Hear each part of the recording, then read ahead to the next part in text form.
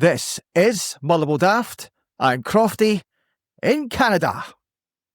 And I'm Peter in Everton, back in the living room, as you can see, which is a wee bonus for certainly for me, that's for sure. How you doing? You all right? I'm all right. It's been a busy week, so I've been this afternoon. I've just been trying to get up to date with what's going on. I didn't see the press conference, but you did. Aye. What was the lowdown from the press conference today? Oh, they seem to be absolutely desperate to try and get out Jens that he'd opinions and get him back onto the non-penalty and Falkirk's penalty last week. He basically said, leave that to Brian Caldwell, the chief executive. I've not heard anything back about that. So his focus is obviously, and quite rightly, on the game. Because obviously that's 4 games without a victory. So one more before the split, then we got a 2-week break, which I think is probably coming at a good time for us. I guess we've got a couple of players coming back again this week. Liam Gordon back in full training, which is good. Callum Hendry as well after 3 months. So it gives you another option up front. Still touch and go. They'll make a decision on that tomorrow. And probably just after the split, you'll have Johnny Katrumbis, Regan Charles Cook.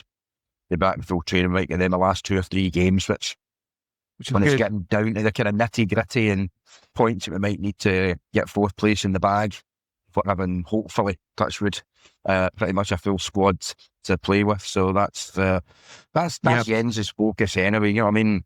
He says all this stuff like last weekend, that's gone, we can't do anything about it, need to put it in the background and move on.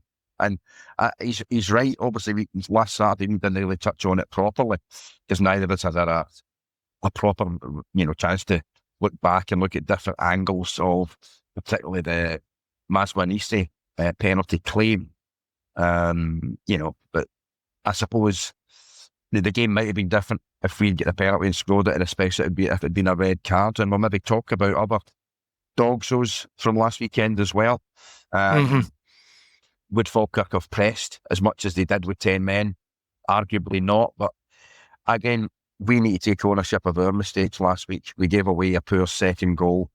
We looked a little bit flat at times, a bit jaded, not quite sharp enough. But early in the season, we have made mistakes, like where Callum Ward won at Celtic Park, for example. We've recovered well from it in the next few weeks. I think that it's got a lot sharper, so hopefully that'll be the case. But this week, as we go to Tynecastle in our last match before the split. We've done well against Hearts this season in general, really. So let's not forget, I mean, that 3-0 at half time and then 3 each, But listen, we're ready to click again. Just hopefully it's going to be this weekend. I really do hope that. And I mean, forget about everything that we're chatting about, the what ifs and all that kind of stuff. We didn't really turn up last week. That's probably one of my least favourite performances from Motherwell of the season, to be honest. Well, so we just need to move on. We can only control the controllables from our point of view. We can't influence at all what a referee is going to do or not going to do. We need to be accountable for our own performances, and we were a little bit kind of short on that last week, but it gives us motivation this week. As I say, we were 3 up at Tynecastle and playing wonderfully well, and kind of the last 20 minutes maybe fell off the cliff. Not sure whether I think we kind of reverted to doing the things we've done previously in terms of just clearing the ball rather than keeping hold of it, invited pressure. The game at Fir Park, for the most part, I thought we were the better team. They had a spell in the second half for the long balls, the physicality, set pieces caused us some problems, but a lot part, earlier on we had the goal disallowed for a minuscule offside. It was offside, but it's tiny wee margins, and then I know. Minutes or so, their keepers made 3 fantastic saves. So with 2 very good performances, 2 draws, so there's no reason why we shouldn't feel confident going to still top of the table Hearts, but unquestionably a Hearts team that are feeling the pressure, and they're getting to that squeaky bum time with Rangers and Celtic kind of closing on them. So interesting, especially with they're going to have a full house. Obviously, we've got maximum crowd, but what is it, only 700, I think they've given us, is it? Something like that, yeah. So, yeah. but we've sold out our capacity, no problem, I would imagine. So, Yeah. the big thing for us now is not to let this season peter out. It's fourth is the goal now. We need to just focus on that. So, I mean, listen, we both hope Hearts win the league, right? But this weekend, that doesn't matter. We need to try and get some daylight. And, Hibs are playing Aberdeen. And Aberdeen, Stevie Robinson could do us a favour this weekend. Hopefully he's been in there long enough now to try and get that Aberdeen team. And they've got a lot to play for as well. So do Hibs, to be fair. But hopefully they can get a result against Hibs and we can do something. I'll be honest, if I'm going to be totally straight up about it, I'd be happy with a point this Saturday. I was thinking about that earlier myself, and I'm of a similar mind. I think a point at Tynecastle, I would say, pretty much is always a decent outcome.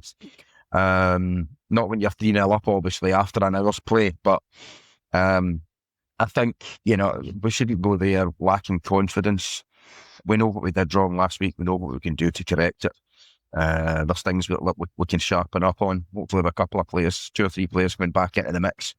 And Hearts, they'll rode on with a big, passionate home support. But the pressure, especially if they don't get in front, if we are maybe dominating possession, causing them problems, that could be to our favour in that one. Yeah. It's tricky.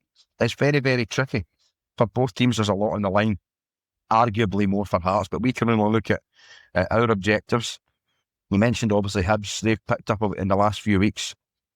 And they go to an Aberdeen team, well, if they're not motivated after what Rob has said in the past few weeks and the position that they find themselves in, then they never will be motivated. It's whether that Aberdeen team have got the minerals to roll up the sleeves and be stuck into a battle.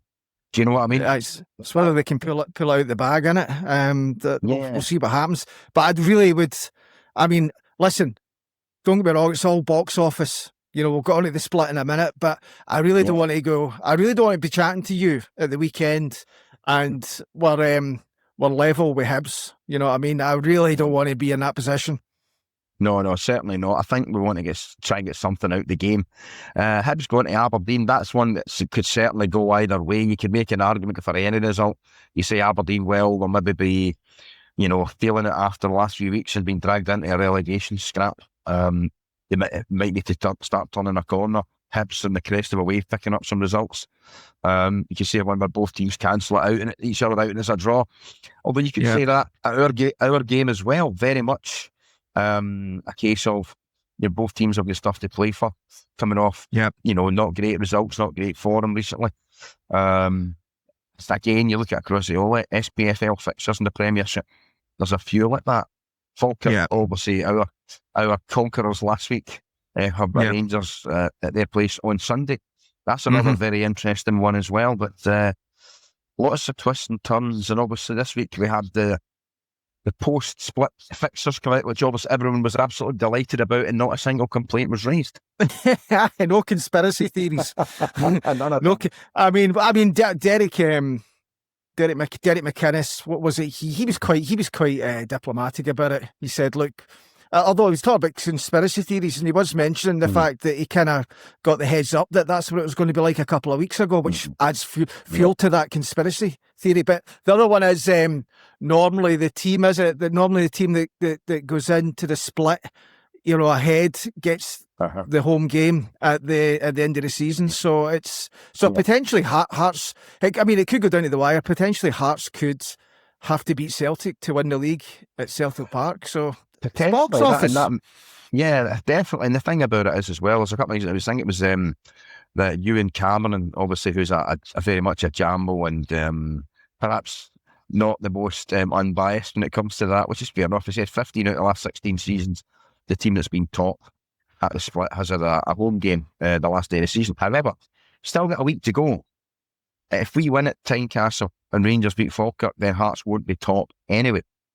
In fact, if Celtic win, depending on the goal difference, they could almost be third. And because of that, I see lots of teams, the top three, taking points off each other through the last 5 fixtures. Ourselves, Hibs and Falkirk will take points off them as well. That's why I'm convinced it will go to the last day of the season. And I'm quite glad we're at Easter Road the last day of the season, unless, of course, it's a fourth place shootout. I don't want. We've done plenty of party spoiler in the past, but I'd rather not be involved in it. I'd rather have a more sedate afternoon and leave all that shenanigans to everybody else to worry about. What are you thinking about the? I know a lot of people are talking about the times of the matches. We've got to remember that the TV Sky dominate this. They're doing what they need to do, and there's a lot of money comes in. Some people argue that it should be a lot more, but what's your thoughts on it? Well, I think obviously Sky, I know you get some games on Premier Sport as well. They obviously dictate live games. In fact, I think our Hearts game, which is the Saturday night at 8 o'clock, that's kind of turned into a Premier Sports slot for live coverage, which obviously, again, there's been a few seasons post-split where Motherwell haven't had any Saturday 3 o'clock kickoffs, which is our traditional time. So obviously our last home game is a Wednesday night against Celtic at 8 o'clock. So, and we've only got one 3 o'clock kickoff because we start off on a Saturday. If you start off at Ibrox on the Sunday at 3, 3 o'clock at Falkirk the following Saturday, and then we finish off as a 12:30 kickoff at Easter Road. Right, listen. We've got a guest with us, or popping in to see us. Will we? Will we get another Motherwell hero on the show? I think that would be a fantastic idea. Let's bring him in. And here he is, Peter, our guest this week. Oh, the main man, known as Buff to Motherwell fans of my generation. The best. It's John Phillippin. That's an absolute disgrace. Brian Martin, welcome to the Motherwell Bath podcast. Woo! Yeah, guys. Now there we are. Now we can see it's a wee bit sunny where you are. I'm going to assume you're knowing Paisley tonight. Where are you? Costa Daisy, Tenerife. Nice. Magic. Over here with the grandkids. So I'm in Canada. Oh, nice. You're in Costa DJ, and you're in Costa Netherton, Peter. There's no need for that, guys. You know what I mean? We had sun yesterday. That might be our allocation before the summer. But we had sun yesterday. So I'm not winning in this summer. I'm not winning in this at all. Right. First things first, Brian. Let's talk. We're just doing the preview there. Let's talk about the Motherwell team this season. Have you seen much of the Well this season? I was up at the Falkirk game up at Rockville, the new park. The Northern East draw. I was up at that game. It was a poor game. It was a terrible game. And Falkirk Motherwell really the two of them have great seasons. And I just say, how can these two be up the top half of the league? I didn't see. I've heard a lot of good things about both teams, but Motherwell have been the managers obviously come in and they've had great results, absolutely great results. But that game I went watch, I went, oh my God! You know what? I don't watch live football anymore. I don't like it. It annoys me because I just want to be on that park. And if I'm not playing football, I don't want to watch it. That's just me. And a lot of guys are like that. And I was sitting in that stand watching that game. It ended up nothing each. I think there was about 2 shots in target. It was, thank God I don't like football anymore. But I think you were very unlucky in that one. Detriment to the teams because the two of them have done absolutely brilliant this year. You were really unlucky just to see probably the one of the dullest games between the two teams. The Brian Martin derby, I suppose. But both teams have played some great stuff, and you unfortunately had to witness both of them playing, as you say, most turgid, uninspiring 90 minutes they've had all season. Maybe it's those pitches. How would you like to play in pitches like that? Too often, I don't think. Probably not. I eventually did go to play in the pitches, like over 35 league and all that when I quit the football. But I actually played it. We played at Excelsior Stadium, Broomfield, Airdrie's Park, Excelsior Stadium. We played there. I actually did a report. I was working for Opta at the time, and we're the first. All right. Airdrie are playing Dumbarton, right? And I'm reporting. I'm putting the stats in through to Sky Sports through Opta, and it was a sunny day, right? The park was dry, no water on it. So the ball was bouncing straight up. No football whatsoever, not a shot on target. One corner kick was the start. One corner kick was the start at half time. And at half time, the heavens opened, it chucked it down. 5-3 Airdrie. Wow. So I think that they parts need a lot of water. If it's dry, Yeah. the ball sticks under your feet, you can't run with it. And that's the problem with the parts. You need to keep them watered, you know. Yeah. Yeah. But that's, I mean, you see a lot of parts, you see them now, Kilmarnock are playing Rangers and Celtic, or even Livingston playing Rangers and Celtic.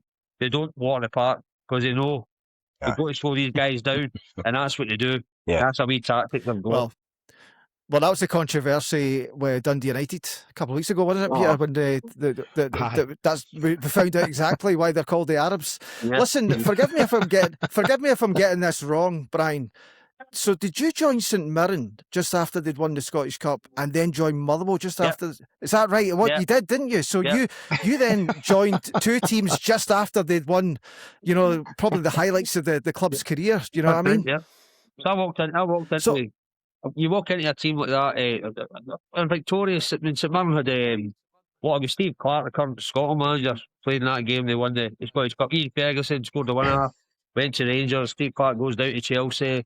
The team broke up. The St Mirren team broke up, and they were getting various players there. The exact same thing with Motherwell, like Craig Patterson, Ali Maxwell. Yeah.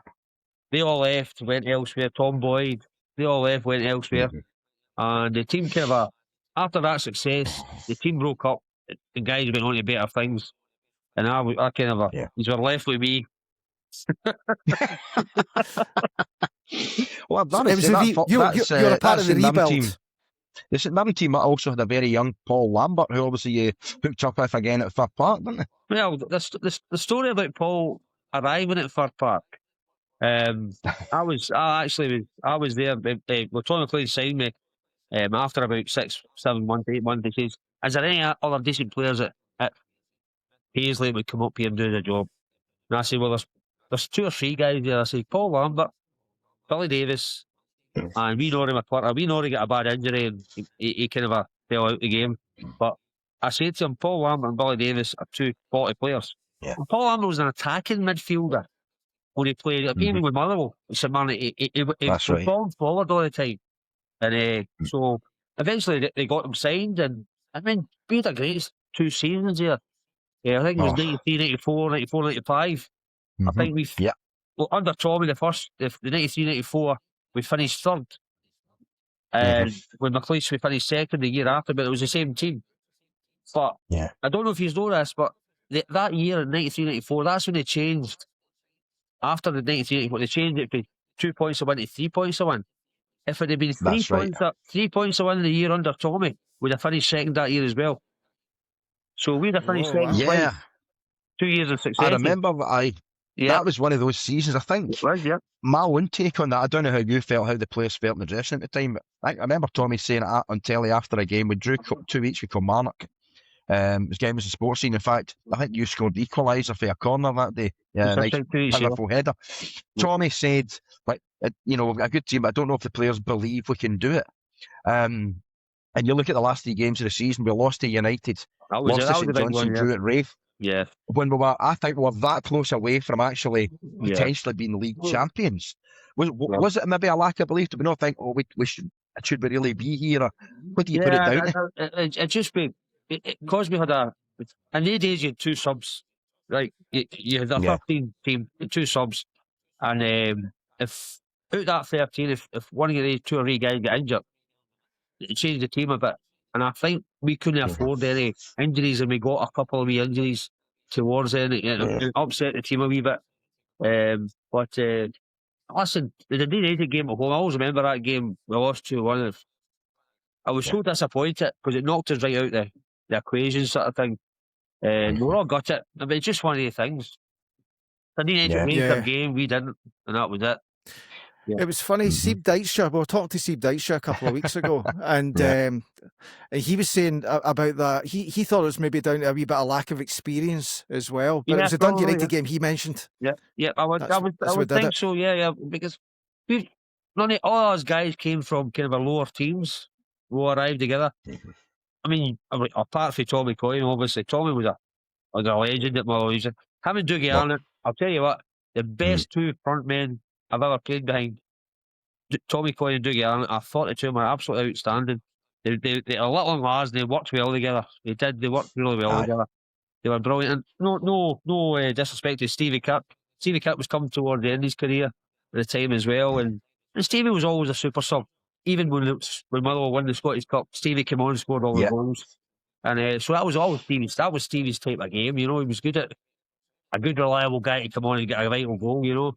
But I mean, Yeah. the whole team that we played with, Rab McKinnon, myself, Yeah. Chris McCart, Miodrag Krivokovic, Big Seeb, Yeah. Rab Shannon right back. You Yes, had Jamie Doe and Billy Davis and Paul Lambert in midfield. It's two up Incredible. front. The two up front, obviously, Tommy Coyne and Dougie Arnott. That team was. Yeah. We all worked well Oh. together. We gelled. We gelled really well. We all knew our failings. We all knew our strengths, and we played to that. And that's what you've got to do. You've got partnerships all over the park. I knew it was Rab was Damon. He was overlapping. I would kind of shift over to the left a wee bit. Big Chris would always overlap. He would shift over to the right a wee bit. We'd cover it. We'd cover every mistake. If any mistake was made, there's somebody there to cover it. And that's how we played. We played as a team in general, It was really good. Yeah. Now, that team was absolute dynamite, but in your first couple of years, before you settled in being one of the centre halves, Tommy had played you in a few positions. You playing at right back. I mind you a couple of games playing in midfield. Maybe had a few injuries that 92-93 season. So you covered a few positions and maybe took a wee bit of time to settle as a fan's favourite because of that, to your own detriment, but doing that for the team. I was an overlapping right back. That was me. I started my career as my hero was Danny McLean, right? And I copied my game of Danny McLean, and I played junior football. For 4 years at Shotts. I went in trial for about eight teams, Premier League teams. Hibs, Morton, St Johnstone, they were all wanting me in trial. Hibs wanted to sign me. Pat Stanton was the manager of Hibs. I played the 3 games, right back, overlapping right back. Created 2 goals and scored a goal in the 3 games, right? Alan Ruff was in goals for Hibs at the time. He was a goalie for Hibs. And we're playing at Easter Road. We beat them 3-0. I scored a goal and laid on a goal. Pat Stan, after the game, says, Brian, we're going to sign you. We'll make a deal with your junior club. We want you here. We see you as a big asset to this club. And I was delighted. I was over the moon. So goes back home. That was a Tuesday night game. Goes back home. Wednesday, Pat Stan gets sacked. Oh no. That was it. I was only 19 years of age when this happened. And that was me. Back to junior again, playing another couple of years. Eventually went to Falkirk, and the rest is history sort of thing. But you need a break in football. All footballers need a wee bit of break at a certain time in their career. I never got my break when I was that young. But I never came into the full-time football till I was 22, 23. And if I was there 4 years earlier, at 18, 19, I'd have made more caps. I'd have been a better player, played earlier, played it. That was just one of the things. Breaks go for you, they go against you, and that's what happens. That's true, aye. It's just the sliding doors moments in football, isn't it? It can go one way or the other. Yeah. But obviously, when you came to Motherwell, you mentioned the 2 great seasons between 93 and 95. Now, obviously, it's Tommy McLean that signed you. I want to kind of talk about Tommy McLean, because obviously people of my generation and even before, he probably is the ultimate Motherwell manager. He was famous for being a bit dour at times. It's a McLean trait. Famous for being tight with money when it comes to transfers and wages.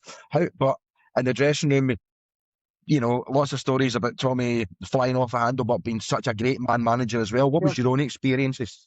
I remember when Fraser Wishart came to St Mirren from Motherwell when I was there. And the way I worked out that I ended up going to Motherwell was weird, because Davy Hay was the manager of St Mirren at the time. And what happened was St Mirren was out, he was signing players. And he went to sign Roy Aitken for 145,000 from Newcastle.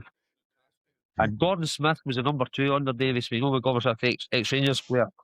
He was number 2 under Davy. And we played Falkirk on the Saturday. We lost 3-0. And I'm in the showers with Roy Aitken. just talking about the game, just having a wash, and he says, Brian, what's going on with the team? I'm just here, I just don't see any gel or nothing. And I just turned around and said to him, I says, Roy, it's a new manager's come in, he's brought new players in. He says, we're not gelling. It's just one of these things. We're not doing anything together. We're all kind of all sorts. We don't know who's playing what, who plays where, and whatever it is. So after the game, that was it.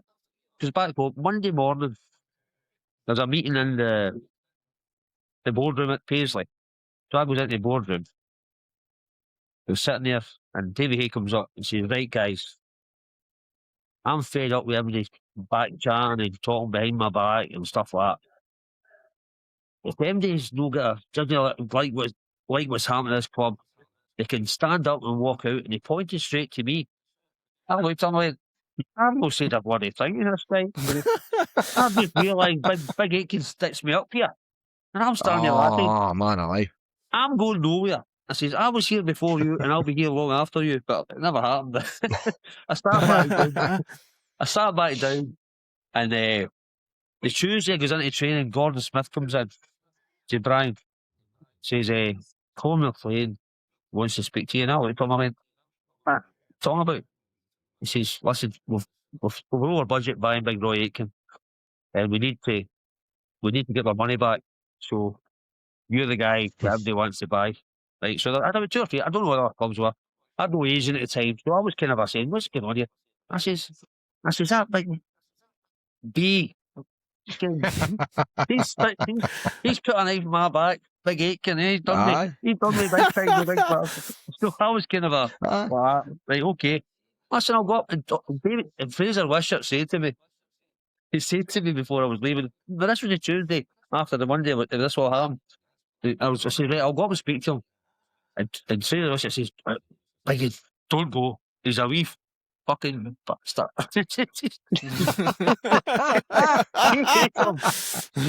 He hates him. He was talking. I was like, oh my God. I said, what's going on here?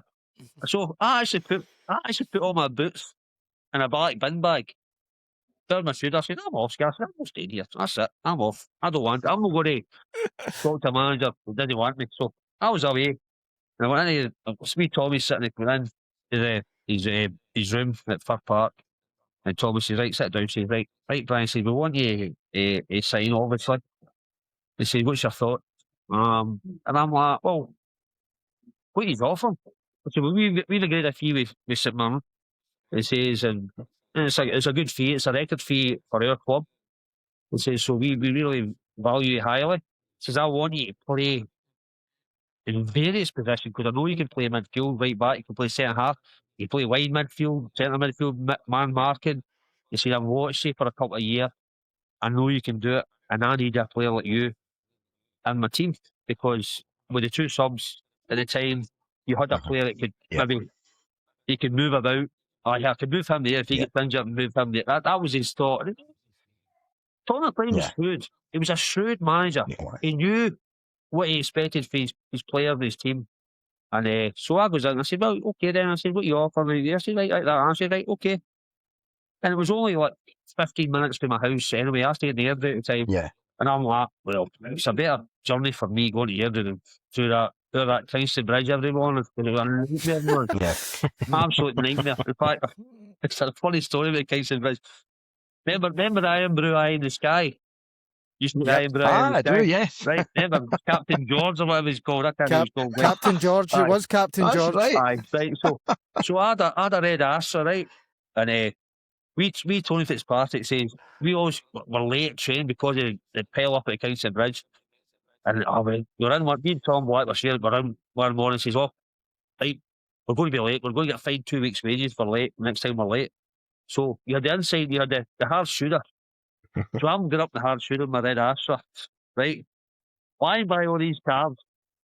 And everybody's peeping the horn and doing what they wanted. Oh, I'm like, give me the finger. And I'm like, oh, I don't care. I'm going to fine. I can't afford 2 weeks' wage fine.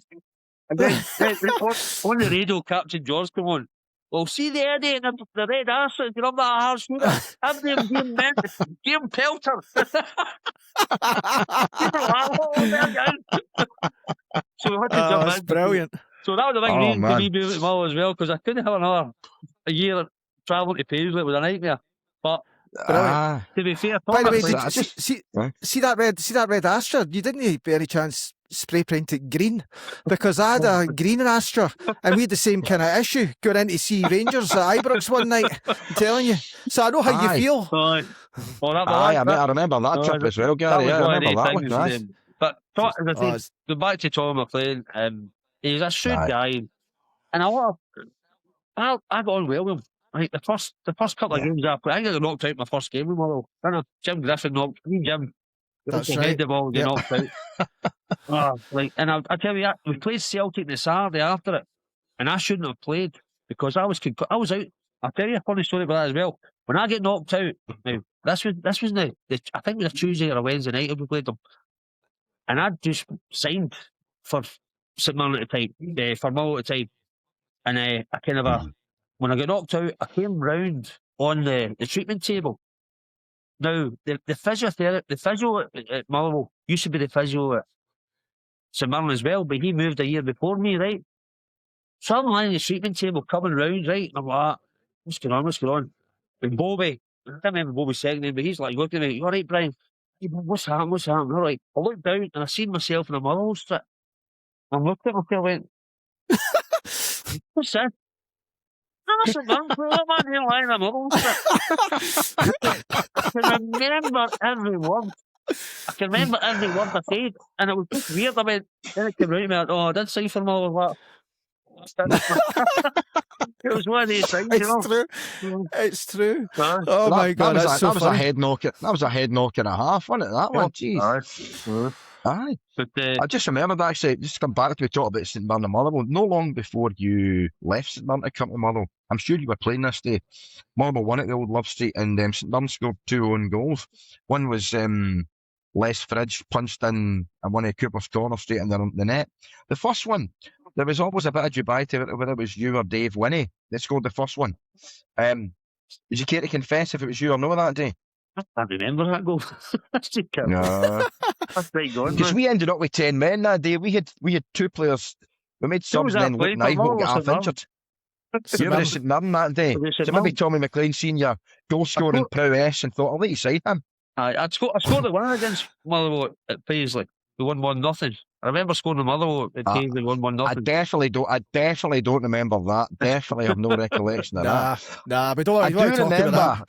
I do remember you scored one of our goals of the season. McLean's second year, 95-96. We'd gone numerous league games without scoring goals with loads of injuries, sadly any strikers, and you took the opportunity Ibrox to rattle in a 30-yarder into Andy Goram's post to stamp top corner. No, as a self-confessed Celtic fan, I don't think I'm breaking any confidences here. That must have given you a wee bit of pleasure. Oh, well, listen, I turned around to Copeland Road. I just turned around to Copeland Road right away. That big thing of me going like the eye, that was me going to the eye. Get it up, me. Listen, it was a great feeling. We never did it. I think we lost the game 3-2, but we were going through a dodgy spell at the time, to go to Ibrox and score 2 goals. We lost 3-2, but a lot of teams were getting hammered at Ibrox at that time because Rangers were running away with everything at the time, you know. So it was a good. It got us back on the straight and narrow a wee bit, you know. We did well. We did a couple. After that, we went on. We saved ourselves from getting relegated after that. So it gave us a bit of confidence to go on, you know. But, Do you think Roy Aitken did you a favour then? Looking back with hindsight, were you glad that you made the move from St Mirren to Motherwell? Oh, listen. Bearing in mind this is called Motherwell Daft, this podcast. I know. Well, Big Roy, listen, he's the fittest guy I've ever seen in my life, Roy Aitken. Honestly, God, I remember Munoz Victor played with St Mirren with Steve Archibald, right? Right.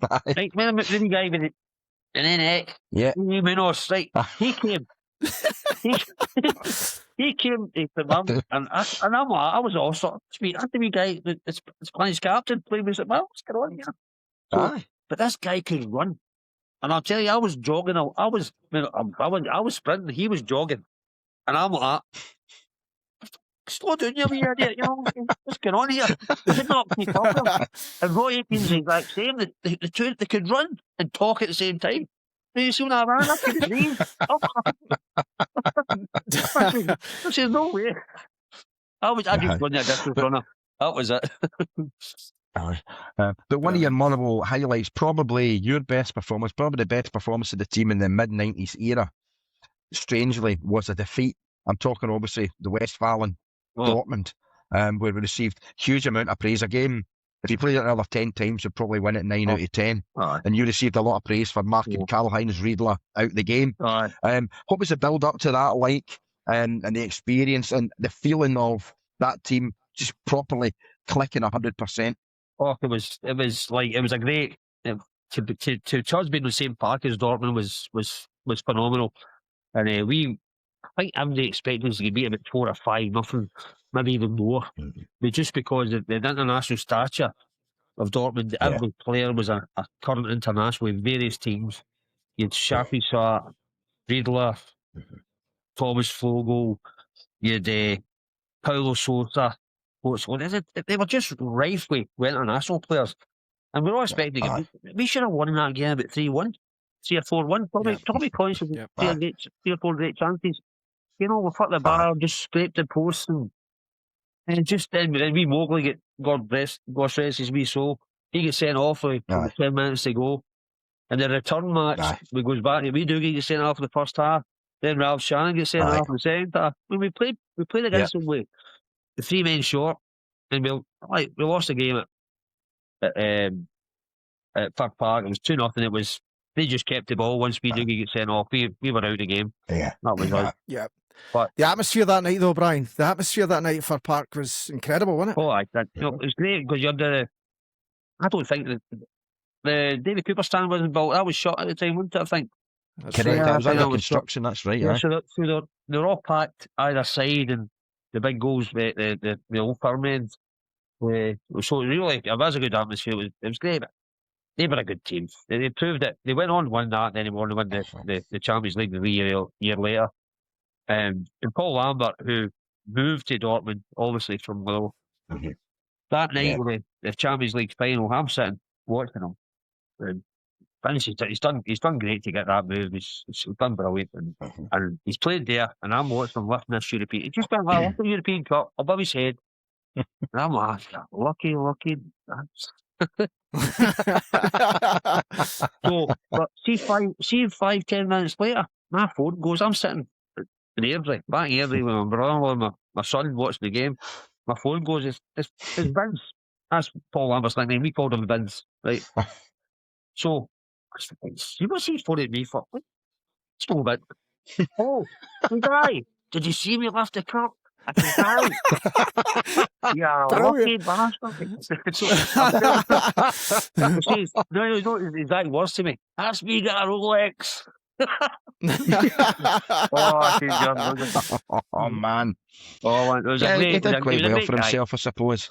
It was great. I mean, it was great for a guy. That was the thing. That was the start of the Bosman era, obviously. That's right.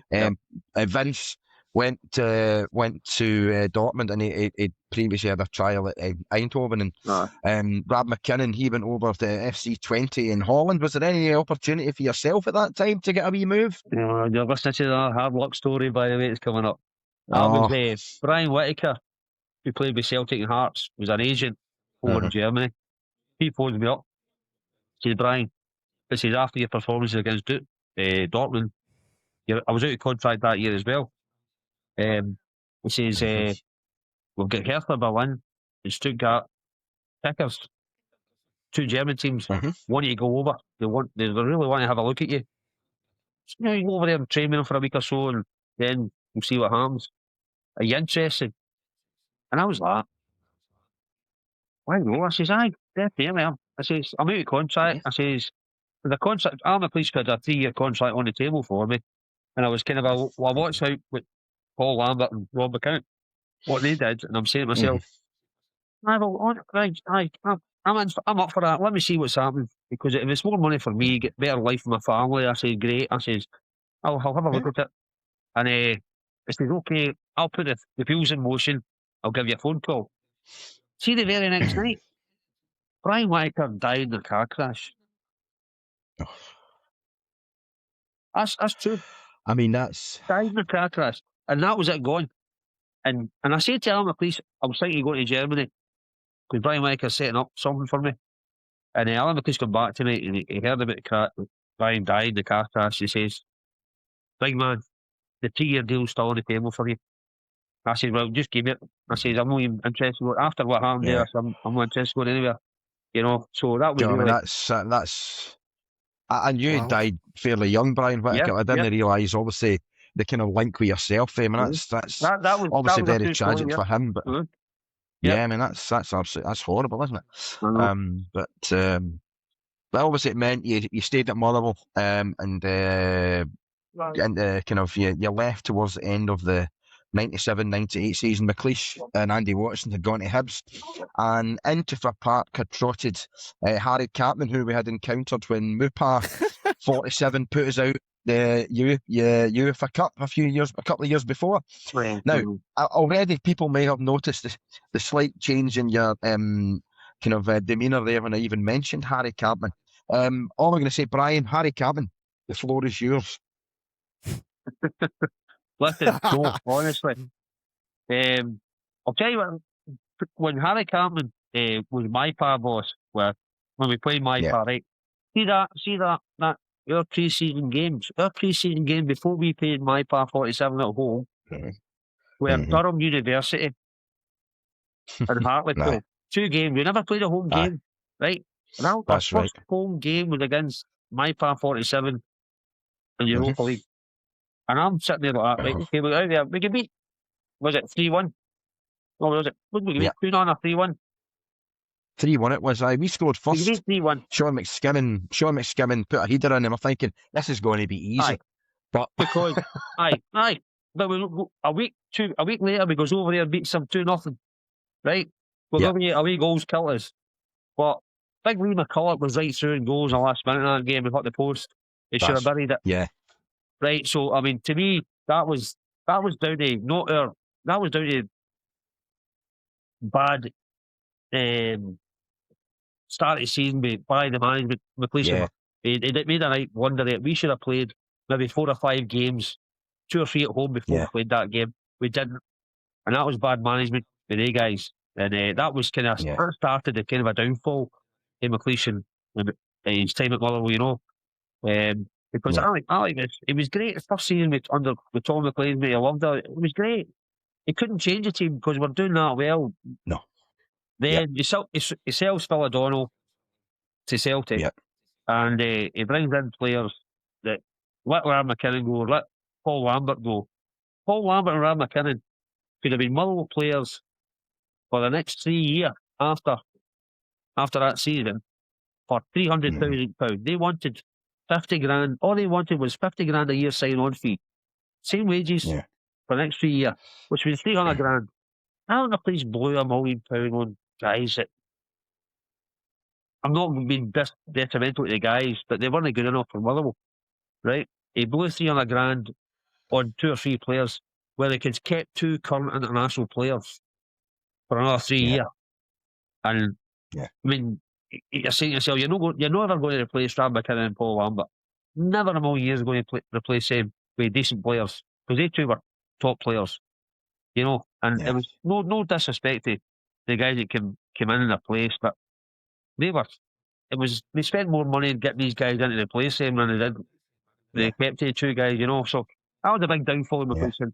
Eventually went to Hibs. I think we beat. I think remember we played Rangers in the Scottish Cup quarter-finals at home, and McLeish left after that game. Right, we lost 2-1. Remember, it was Stevie Woods' pass went straight to Gordon Jury. We're 2-1 up with 2 minutes to go. He's passed straight to Gordon Jury, and he's went in and scored. Got a 2 draw. He goes to Ibrox on the next week, and we're down 2-0 at half time. And Andy Watson comes in. Damage limitation, guys. Damage limitation. We can't get hammered 4 and 5-0. And I looked at him. I went, "It's a Scottish Cup time. What are you talking about? We've got to go out there and have a go." I said, "We're out the cup anyway. At this moment in time, we're out the cup. If we don't have a go at this team, we're never going to get through." But he wanted damage limitation. And I went like, you just F off up the road with your big pal, Easter Road, I says.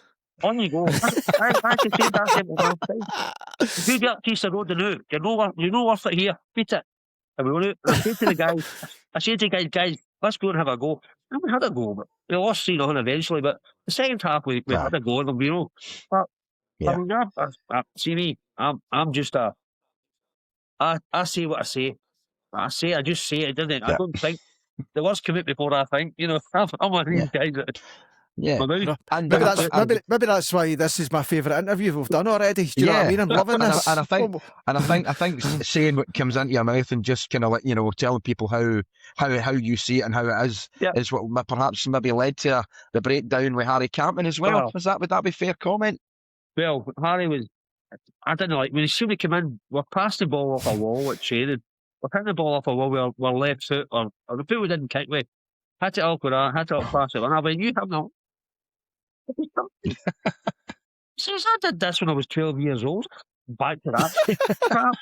So, I was in the pub in Airdrie, and we John Trainer, who worked for the Evening Times, and he was a freelance reporter.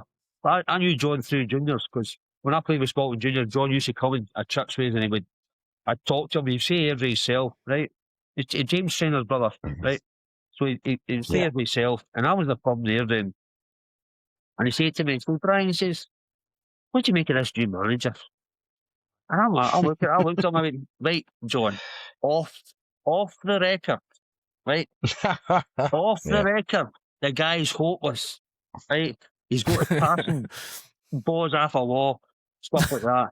And his trainer, his bloody fitness coach is 25 stone, right? I says, I remember that guy. His name was Pettery, something or other, wasn't it?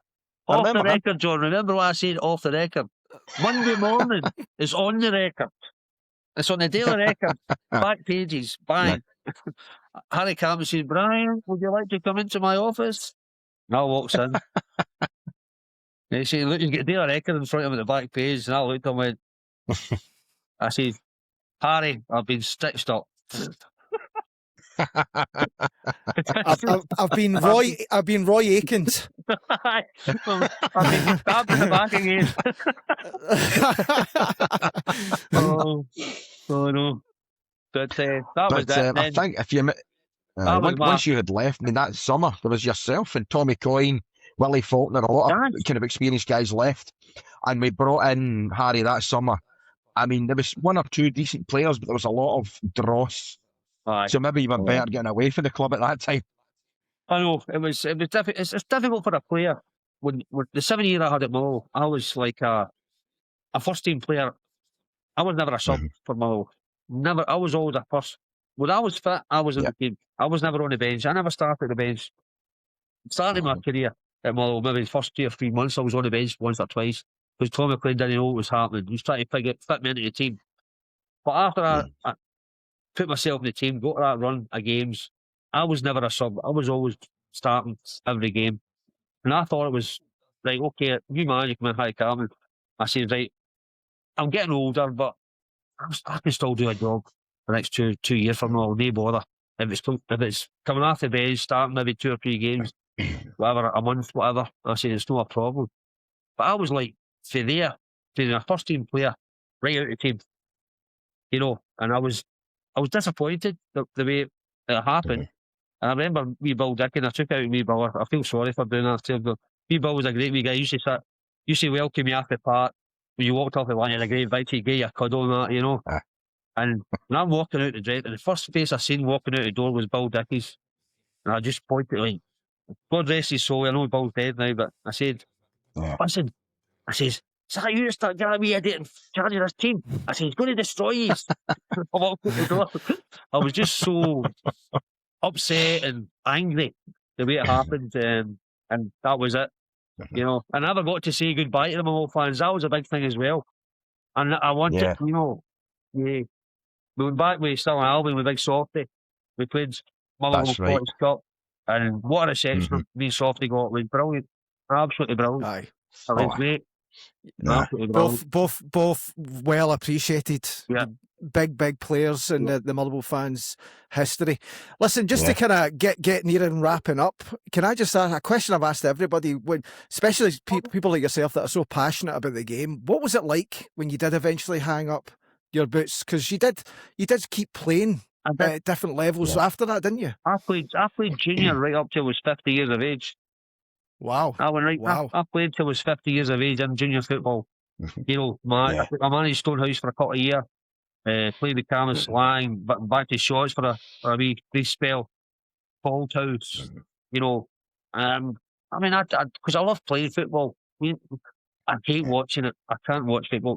When I was manager of Stonehouse, a player manager, the Stonehouse, and I had to put my cell phone every day. I said, I'm going on. Fuck it. I'm going on that fast. I can't watch it. But, and that's what I did. And once I couldn't play football, I tried to go and watch games, but I need to play. I mean, if I put my boots on and went on a party, I'd have a heart attack. I would just fall flat on my face. My playing days have gone. So I take up golf now. I play golf all the time. I love it, and that's my passion now. Golf, football. I always look for Motherwell results. I do. I look for Motherwell results, and obviously, I know I'm a Celtic fan, but I don't look. I'm not passionate about going and watching any team play football. I can't watch football. I just not got the same feeling for it because I can't play it. So I'm kind of directing my. Right, wait a minute. I need to ask you a question here, right? Does that mean you're not going to be watching Scotland at the World Cup? Oh no! Oh, listen, I watch Scotland. Definitely. Right, that's fine. Aye. That's fine. That's all right. That's fine. Right, I'm going to Mexico, by the way. I'm off to Mexico the 1st of July, so. Well, I hope you are. It all depends what happens. Yeah. Nice. There's somebody causing a bit of chaos at the moment, so let's hope it doesn't interrupt. know, you know, it's been a long time since we've been there, but I'm in Canada, obviously, so that's one of the host nations. So I'm looking forward to actually being in a host nation. It's actually, and I mean, I'm only about 7.5 hours drive from Boston. So you never know. I might end up soaking up the atmosphere. You know what I mean? It's one of these things. Listen, I've always watched Scotland. I watch football on the telly, but I won't go to live games. I just can't. I've not got the patience to sit and watch it. I'd rather. And another thing, that VAR is killing the game.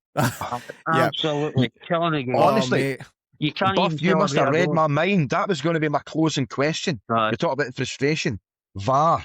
Let's just finish up with this. Right. Go on. Terrible. I can tell your opinion, but you've got one referee in the park, and it's his decision. When I played, it was always one guy. It's his decision. Now we've got 4 guys, and when the 4 of them confirm each other, they still get it right. How can that be? You know what I mean? Instead of blaming one guy, you're blaming 4. And they've got 4 chances, and it's not worth it. It's get back to the one guy. I mean, you're sitting watching a game. You're waiting for 5, 6, 7 minutes as well on a decision. Do you know what, Peter? I'm going to say something. Brian's gone. I can still hear these, but so if anybody's watching this in Costa Adici, then can you go and make sure Brian Martin is all right? We're not sure what hotel he's at, but can you go and make sure he's okay? Because that was the end of the interview. But it was great. It was great to have him, wasn't it? Yeah, it was absolutely fantastic. He's obviously loving life. I love the fact that he could just recall all the stories like that. Great player at Motherwell. He was always a good guy because I knew him like when I did my hospitality stint at Motherwell. He was there for a season or 2 with me, and people would just love him going round all the tables telling his stories. He's a absolutely brilliant guy, and it was great to catch up with him again, and great to have him on talking about his career, which was long and certainly eventful, I think it's fair to say. It's funny you should say that because they must have dropped the budget. Because when I took over the hospitality, I never had anybody to help me out and tell stories. But I did get to meet Ali Maxwell when he was over, right? And I got all the information. I got all the information from the club about, Suzanne and all that, about the about Ali Maxwell coming over from Australia, right? So I didn't realise he'd been out to do goalkeeping coaching in Australia, because he'd done America, I think, at one point, That's right? right, yes. Right. So he comes up and I'm chatting to him about Stamatolopoulos and all this, you know what I mean? And then I got on the mic and I'm like, so tell us about Australia. And he's like, I'm not in Australia, I'm in America. And I'm like, oh, wait a minute. So Ali Maxwell, I will ever be to Ali Maxwell the guy who thought he was in Australia, thanks to Suzanne Reid. Oh, Suzanne, come on, you've sold us up the river here. That's shocking. Well, unbelievable. Telling you. Dear. What can I say? What can you say? But no, listen, it was great to see Buff. Looking well, loving life, granddad as well. That doesn't feel right as well. He's still that guy at my mother in his late 20s, I know, keeping Karl-Heinz Reid and the Dortmund attack out, getting them in his back pocket. But I know, well, got older, we all moved on. But that was great. Hopefully more to come in the next few weeks. Fans as well. We'll get more great interviews lined up, so stay tuned. Yeah, what about the manager? What's he doing in the next couple of weeks? I'm sure he's probably going to be fairly busy, but we'll see if we can. I think Motherwell fans, rather than interview him, I think we could try and do a whip around to give him a bit more money to make sure that he stays.